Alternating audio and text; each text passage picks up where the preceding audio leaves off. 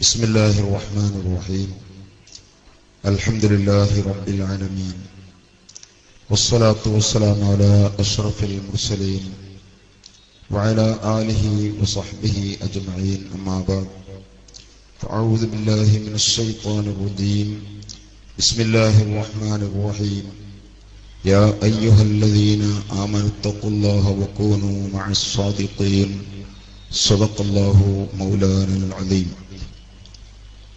ഏറ്റവും ബഹുമാനമുള്ള സാദാത്യങ്ങളെ, ആലിമ്യങ്ങളെ, ഉമറാക്കളെ, അഹ്ലു സുന്നത്തുൽ ജമാഅത്തിന്റെ കർമ്മധീരരായ പ്രവർത്തകരെ, സഹോദരങ്ങളെ, അല്ലാഹു സുബ്ഹാനഹു വ തആല നമ്മുടെ ഈ സംഗമം സ്വാലിഹായ അമലായി നമ്മിൽ നിന്ന് കബൂൽ ചെയ്യട്ടെ.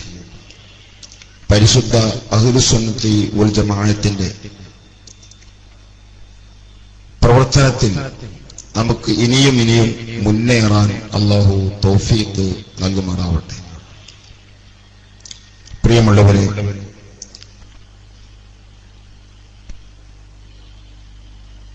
പരിശുദ്ധ ഇസ്ലാമിന്റെ തനതായ രൂപം അതാണ് അഹ്ലു സുന്നത്തി വൽ ജമാഅ ഉൾക്കൊള്ളുന്ന ആശയം. അതിവിടെ ഹബീബായ നബി സല്ലല്ലാഹു അലൈഹി വസല്ലം തങ്ങളുടെ കാലഘട്ടത്തിൽ തന്നെ എത്തിയിട്ടുണ്ട് എന്ന് ചരിത്രം നമ്മെ പരിചയപ്പെടുത്തുന്നു. അതല്ലെങ്കിൽ നബി സല്ലല്ലാഹു അലൈഹി വസല്ലം തങ്ങളുടെ അടുത്ത കാലം തൊട്ട് തന്നെ ഇസ്ലാം ഇവിടെ എത്തി എന്നതിൽ രണ്ടഭിപ്രായമില്ല. അങ്ങനെ വളരെ പരമ്പരാഗതമായി നൂറ്റാണ്ടുകളുടെ പരമ്പരയുള്ള യഥാർത്ഥ പരിശുദ്ധ ദീൻ സുന്നത്ത് ജമാഅത്ത് അതിവിടെ നിലനിന്ന് പോരുമ്പോൾ ഇന്നുള്ള പോലെ ഒരു തർക്കങ്ങളും ദീനിയായ വിഷയങ്ങളിൽ ആ കാലഘട്ടങ്ങളിൽ നടന്നിട്ടില്ല. വല്ല വിഷയങ്ങളിലും തർക്കം നടന്നതായി ഒരു റിപ്പോർട്ടും എവിടെയും കാണുന്നുമില്ല. നമ്മുടെ ഇന്ത്യയുടെ ചരിത്രം എഴുതിയവർ ഉണ്ട്, കേരളത്തിന്റെ ചരിത്രം എഴുതിയവരുണ്ട്. ആ കാലഘട്ടങ്ങളിലൊന്നും ഇന്നുപോലെ ഇന്ന് കാണുപോലെ ഒരു പ്രസ്ഥാനത്തിന്റെ അരികിൽ നിന്ന് ഒരു തർക്കമുള്ളതായി എവിടെയും ഒരു രേഖയും ഇല്ല. ഇതെന്താണ് തെളിയിക്കുന്നത്? ഹബീബായ നബി സല്ലല്ലാഹു അലൈഹി വസല്ലം തങ്ങളിൽ നിന്ന് നേരിട്ട് ഇസ്ലാമിനെ കണ്ടും കേട്ടും അനുഭവിച്ചും പഠിച്ച മഹത്തുക്കളായ സ്വഹാബ, അവരിൽ നിന്ന് അതേപോലെ പരിശുദ്ധ ഇസ്ലാമിന്റെ എല്ലാം ഒപ്പിയെടുത്ത താബിഈകൾ, ഇങ്ങനെയുള്ള മഹത്തുക്കളാണ് ഇസ്ലാമിന്റെ വെള്ളി വെളിച്ചവുമായി നമ്മുടെ രാജ്യത്തെത്തിയത്. അവരെ നിസ്വാർത്ഥരും നിഷ്കളങ്കരുമായ മുൻഗാമികൾ അനുഗമിച്ചു പോന്നു. അവരെ അക്ഷരാർത്ഥത്തിൽ പിൻപറ്റി പോരുകയും ആ നല്ല അനുധാവനത്തിലൂടെ ഇസ്ലാമിന്റെ പരിപാവനമായ ആ രൂപം ഇവിടെ വളരുകയും ചെയ്തു. അത് എത്ര കാലം വരെ പോയെന്ന് ചോദിച്ചാൽ ഹിജ്റ 1300, അല്ലെങ്കിൽ മറ്റൊരു ഭാഷയിൽ പറഞ്ഞാൽ 1921 കാലഘട്ടം വരെ ഇവിടെ അങ്ങനെ ഒരു തർക്കവും ഉണ്ടായിട്ടില്ല. പരസ്പരം ശിർക്ക് ആരോപിക്കുകയോ അല്ലെങ്കിൽ ബിദ്അത്ത് ആരോപിക്കുകയോ ചെയ്തിട്ടില്ല. എല്ലാവരും അഹ്ലു സുന്നത്തി വൽ ജമാഅത്തിന്റെ ആശയത്തിൽ ഉറച്ചു നിൽക്കുന്നവരായിരുന്നു. അതിനിടയിലാണ് പുത്തൻ ആശയക്കാർ അവരുടെ ആശയം ഇവിടെ ചെലവാക്കുന്നതിന്, കുത്തിവെക്കുന്നതിനു വേണ്ടി വളരെ തന്ത്രപരമായി ചില പരിപാടികൾ ആസൂത്രണം ചെയ്തു. നമുക്കറിയാം,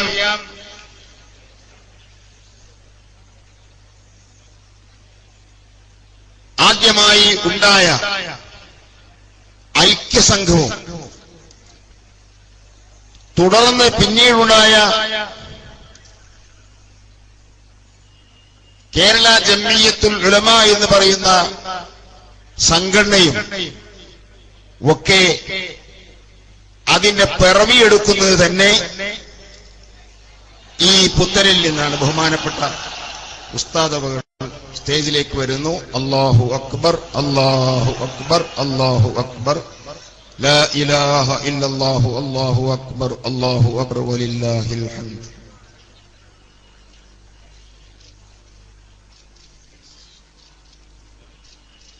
ഇങ്ങനെയുള്ള ഒരു സന്ദർഭത്തിലാണ്, വളരെ ആവശ്യമായ സന്ദർഭം, ജനങ്ങൾ തെറ്റിപ്പോകാതിരിക്കാൻ വേണ്ടി ശരിയായ വഴി പാത ഇന്നതാണെന്ന് ജനങ്ങൾക്ക് മനസ്സിലാക്കി കൊടുക്കാൻ വേണ്ടി സമസ്ത കേരള ജംഇയ്യത്തുൽ ഉലമ എന്ന് പറയുന്ന മഹത്തായ പണ്ഡിത സഭ അതിനെ രൂപം കൊടുത്തു.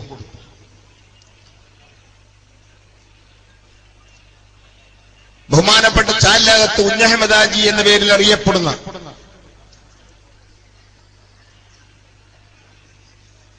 മഹൽ വ്യക്തി,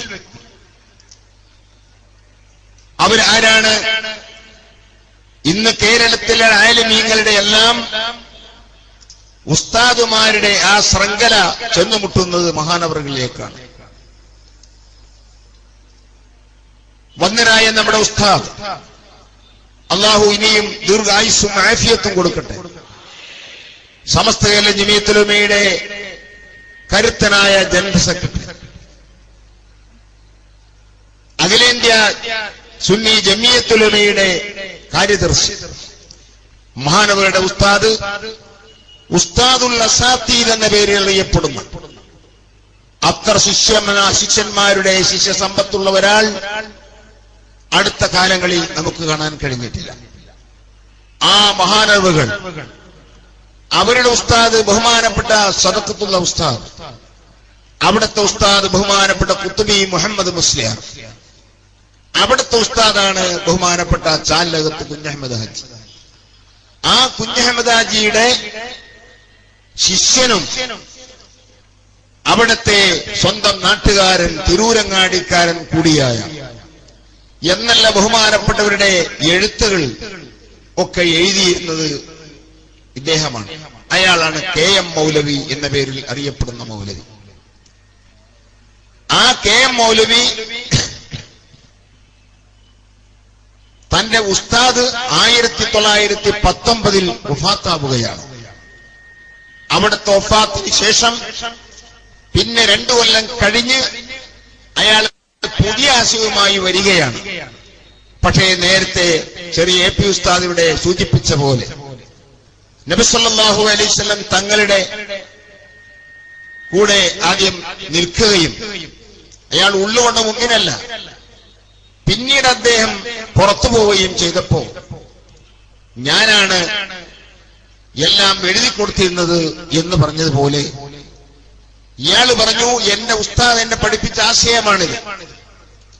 അയാളെ ഉസ്താദ് ആവുന്ന ബഹുമാനപ്പെട്ട ഖുത്ബി മുഹമ്മദ് മുസ്ലിയാരുടെയും ഉസ്താദ് ആയ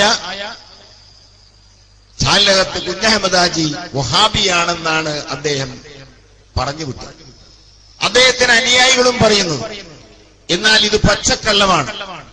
ബഹുമാനപ്പെട്ടവർ 1919 വഫാത്തായതിനു ശേഷം പുതിയ ആശയവുമായി ഇയാൾ രംഗത്ത് വന്നതാണ് 2-3 കൊല്ലം കഴിഞ്ഞ്.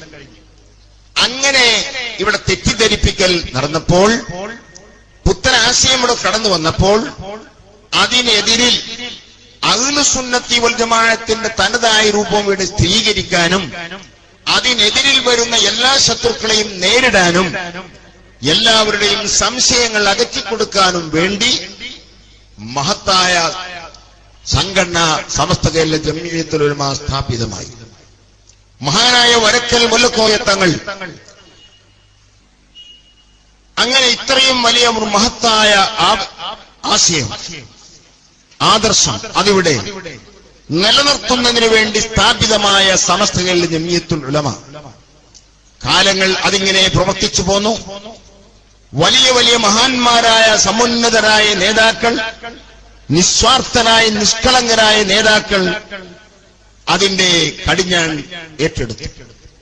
അങ്ങനെ വർഷങ്ങൾ പിന്നിട്ടു പോന്നു. മഹാനായ കുത്തുബി മുഹമ്മദ് മുസ്ലിയാർ നബ്ബറല്ലാഹു അഹമ്മദ് കോയ, ശിഹാബുദ്ദീൻ അഹമ്മദ് കോയ, ശാലിയാത്തി നബ്ബറല്ലാഹു മർഖദ, അവരൊക്കെ അന്ന് സമസ്ത കേരള ജമിയത്തുൽ ഉലമയുടെ വലിയ വലിയ ആലിമ്യങ്ങൾക്ക് കൂടി ഉള്ള മാർഗദർശനം കൊടുക്കുന്നവരായിരുന്നു. സമസ്തയുടെ കൂടെ തന്നെ അവരുടെ വഫാത്ത് വരെ ഉറച്ചു നിന്നവരും നമുക്ക് എല്ലാ ആശീർവാദങ്ങളും നമ്മുടെ എല്ലാ അന്തസ്സും ഉണ്ടാക്കിത്തന്നവരും നമുക്ക് കരുത്ത് പകർന്നു തന്നവരുമായിരുന്നു. അങ്ങനെ ഇങ്ങോട്ട് പോരുമ്പോഴാണ് നിങ്ങൾക്കെല്ലാവർക്കും അറിയുന്നത് പോലെ സമസ്തയിലെ ജമിയത്തുൽ ഉലമയിൽ ഒരു വിഭാഗം ആളുകൾ എന്തൊരു ആദർശത്തിനു വേണ്ടി ഇത് സ്ഥാപിതമായോ ആ ആദർശത്തോട് വ്യക്തമായി പുറംതിരിഞ്ഞു നിൽക്കുകയും പുത്തനാശയക്കാരുമായി നല്ല സൗഹൃദബന്ധം പുലർത്തുകയും അഹ്ലുസുന്നത്തി വൽ ജമാഅത്തിന്റെ തനതായ ആശയാദർശങ്ങളിൽ ഉറച്ചു നിൽക്കുന്ന ബഹുമാനപ്പെട്ട താജുൽ ഉലമ തങ്ങളവറുകളും മഹാനായ കാന്തപുരം ഉസ്താദ് അവറുകളും നേതൃത്വം കൊടുക്കുന്ന സമസ്ത കേരള ജമിയത്തുൽ ഉലമ, ആ സമസ്ത കേരള ജമിയത്തുൽ ഉലമക്കും അതിന്റെ കീഴടങ്ങൾക്കും എല്ലാം വിരുദ്ധമായ നിലക്ക് എല്ലാവരെ കൂട്ടുപിടിച്ചാലും ഇവരെ ഒറ്റപ്പെടുത്തുക എന്ന നിലക്ക് അവർ രംഗത്ത് വരികയായിരുന്നു. പക്ഷേ ഞാൻ ഓർമ്മയ്ക്ക് വേണ്ടി പറയുന്നു, അള്ളാഹു അവരെ കൂടെ ഇല്ല ഇല്ല ഇല്ല എന്നതിന് വ്യക്തമായ തെളിവാണ്. അവർ ഈ പണിയെല്ലാം തുടങ്ങിയിട്ട് കാലങ്ങളായി. അവർ ഏതൊരു പണി തുടങ്ങിയാലും അവർക്കത് നേരെ തിരിച്ചടിയായിട്ടേ വന്നിട്ടുള്ളൂ. അവർ മനസ്സിലാക്കിയത് സമസ്തയിലെ ജമിയത്തുൽ ഉലമ ഇവിടെ തകർന്നു പോകും, ഞങ്ങളിങ്ങനെ കുറച്ച് ഇമ്പാച്ചി കാട്ടിയാൽ. ഇതായിരുന്നു മനസ്സിലാക്കിയത്. സമസ്തയിലെ ജമിയത്തുൽ ഉലമക്ക് തകർച്ച പോയിട്ട് തളർച്ചയില്ല. അതുകൊണ്ടല്ലേ സമസ്തയുടെ ആ ശക്തിയാണ് ഇവർ ഇങ്ങനെ ഓരോന്നുണ്ടാക്കുമ്പോഴും നാം കാണുന്നത്. ഇത്ര ജനങ്ങൾ പുറത്ത്, ഇതിന്റെ എത്ര ഇരട്ടി ജനങ്ങൾ ഇവിടെ നിൽക്കുന്നു. ഈ സമസ്തയുടെ നേതാക്കൾ അവരുടെ പിന്നിൽ നിന്ന് ജനങ്ങളൊക്കെ പോയി കുടഞ്ഞു പോയി. അത് നിങ്ങളെ പൂതിയാണ്, മനസ്സിൽ വെച്ചോളൂ. അതിവിടെ നടക്കുകയില്ല. മഹാന്മാരുടെ കൂടെയാണ് ഇവിടത്തെ ജനങ്ങൾ എന്നതിന് വ്യക്തമായ തെളിവാണ് നാം ഈ കാണുന്നത്. ഇത് മാത്രമല്ല, ഞാൻ ഒന്നുകൂടി ഓർമ്മപ്പെടുത്തുന്നു. ഇവിടെ സമസ്തയിലെ ജമിയത്തുൽ ഉലമ മഹാനായ തങ്ങളുടെയും സുൽത്താനുൽ ഉലമ കാന്തപുരം ഉസ്താദിന്റെയും നേതൃത്വത്തിൽ ഇങ്ങനെ വന്നതോടെ എന്തെല്ലാം പ്രശ്നങ്ങൾ ഉണ്ടാക്കി, ഏതെല്ലാം തരത്തിലുണ്ടാക്കി. പക്ഷേ യാതൊരു നിലക്കും ഒരു വിള്ളൽ ഉണ്ടാക്കാൻ ആർക്കും കഴിഞ്ഞിട്ടില്ല. ഇത് എല്ലാവർക്കും ബോധ്യപ്പെട്ടു. ഇവിടുത്തെ പുത്തനാശയക്കാർ സമ്മതിച്ചു, ഇവിടുത്തെ ഗവൺമെന്റ് സമ്മതിച്ചു, ഇവിടുത്തെ ബഹുമാനപ്പെട്ട ഉസ്താദിന്റെ സംഘടനാ പാഠവും ഉസ്താദിന്റെ നേതൃത്വം വന്നതോടെ ഇവിടെ ഉണ്ടായ വലിയൊരു ശക്തിയും നമ്മളെ ഊതിക്കെടുത്താൻ പറ്റുമെന്നായിരുന്നു അവർ കണക്കൂട്ടിയിരുന്നെങ്കിൽ, അങ്ങനെ ഊതിക്കെടുത്താൻ പറ്റുന്ന മെഴുകുതിരിയല്ല ഇത്. ഇത് വലിയ പവറുള്ള മർക്കുറിയാണെന്ന് മനസ്സിലാക്കി.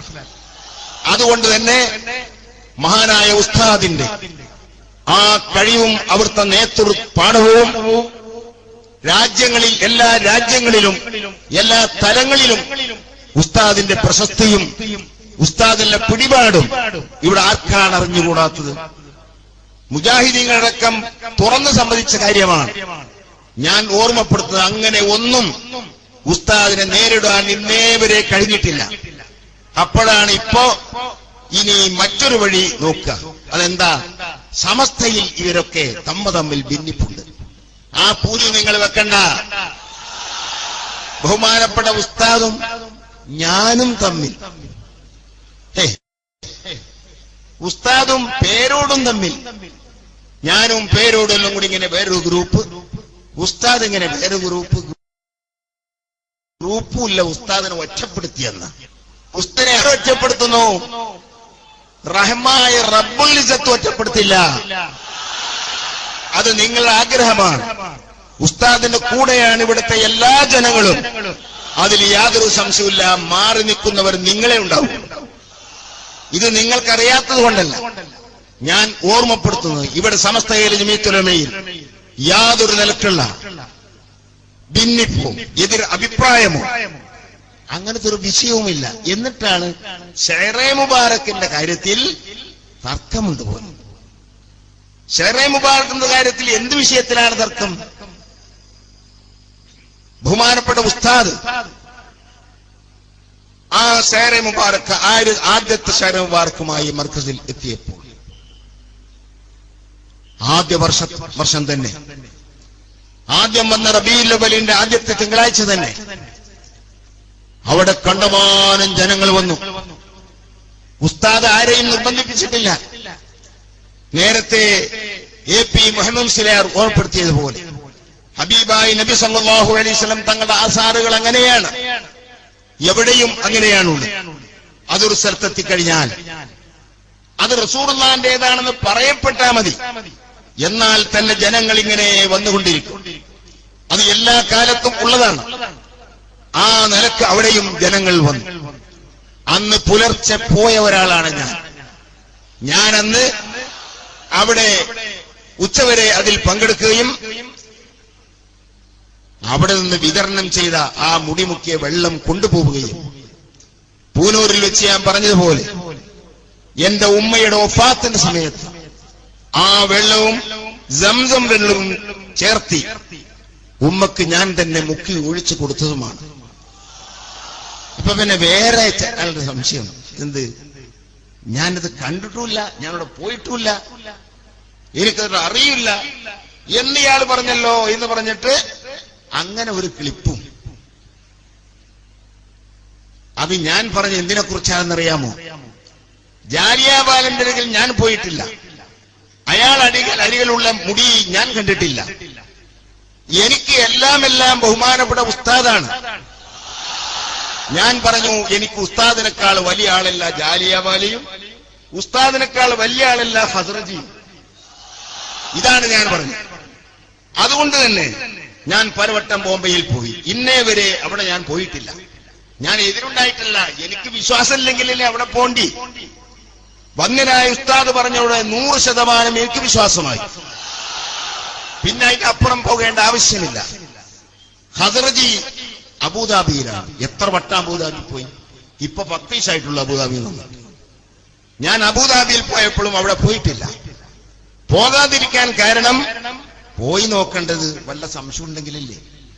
ഒരു സംശയവും ഇല്ലാത്തൊരു വിഷയം അത് പറഞ്ഞ് വീർപ്പിച്ച് ഇങ്ങനെ ശിഥിലമാക്കാൻ പറ്റുമെന്ന് അവർ ആഗ്രഹിച്ചതാണ്. അവർ സ്വപ്നം കണ്ടതാകും. ഞാൻ നിങ്ങളെ ഓർമ്മപ്പെടുത്തുന്നു, സംഘടനയിൽ ഉറച്ചു നിന്നോളൂ. അതാണ് നമ്മുടെ എല്ലാം. ഈ സമസ്തയിലെ ജമീഅത്തുൽ ഉലമയിൽ നിന്ന് പോയവൻ ആരൊക്കെ പോയവോ അവർ ഒറ്റപ്പെട്ട് തെറിച്ചു പോയിട്ടുണ്ട്. എത്ര വലിയ ആളായിരുന്നാലും ശരി, ധാരാളം ഉദാഹരണങ്ങൾ നിരത്താനുണ്ട്. ഏറ്റവും ചുരുങ്ങിയത് ഞാൻ പറയുന്നു, നമ്മളിൽ നിന്നൊരു പ്രവർത്തകൻ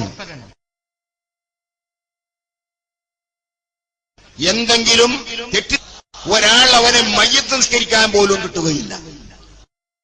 മരിച്ചാൽ മയ്യത്ത് നിസ്കരിക്കാനോ മഗ്ഫിറത്തിന് വേണ്ടി അല്ലാഹുവിനോട് ദുആ ചെയ്യാനോ ഒരാളെ കിട്ടുകയില്ല. ഈ സംഘടനയിൽ നാം ശക്തമായി നിന്നാൽ നമുക്ക് എല്ലാം കിട്ടും, സംശയം വേണ്ട. അതുകൊണ്ട് എല്ലാ അർത്ഥത്തിലും സംഘടനയെ ശക്തിപ്പെടുത്തുകയും ആരൊക്കെ എന്തൊക്കെ പുൽമാലുകൾ ഉണ്ടാക്കിയാലും അതിലൊന്നും പെടാതെ, ഇത് ഫസാദിന്റെ ലോകമാണ്. ബഹുമാനപ്പെട്ട ഹബീബായ നബി സല്ലല്ലാഹു അലൈഹി വസല്ലം തങ്ങൾ ഫസാദിനെ കുറിച്ച് പറഞ്ഞിട്ടുണ്ട്, ഫിത്നയെ കുറിച്ച് പറഞ്ഞിട്ടുണ്ട്.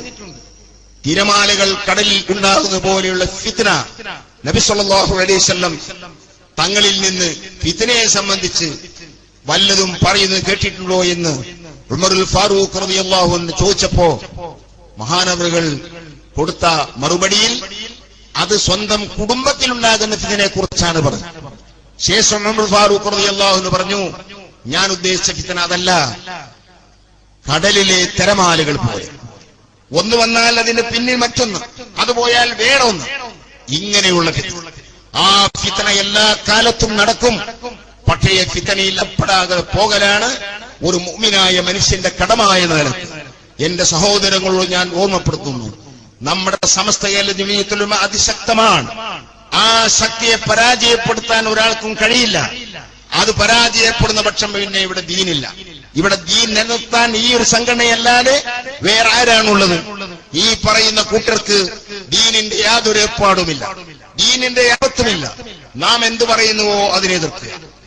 ഈ ഒരു അജണ്ടയല്ലാതെ മറ്റു ഒരു അജണ്ടയും അവർക്കില്ല. അതുകൊണ്ട് അവരെ വഴിക്ക് വിടുക, നാം നമ്മുടെ ശരിയായ റൂട്ടിൽ പോവുക. നമ്മുടെ ഉസ്താദുമാർ, നമ്മുടെ ആലിമീങ്ങൾ, നമ്മുടെ സാദാത്യങ്ങൾ, അവരാണ് നമ്മുടെ മാർഗദർശനം തരുന്നവർ.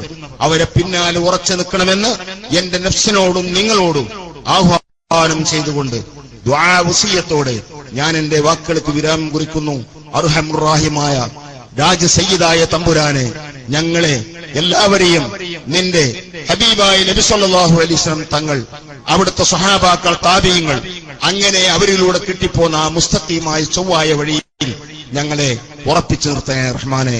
അസ്സലാമു അലൈക്കും വറഹ്മത്തുള്ളാഹി വബറകാതുഹു.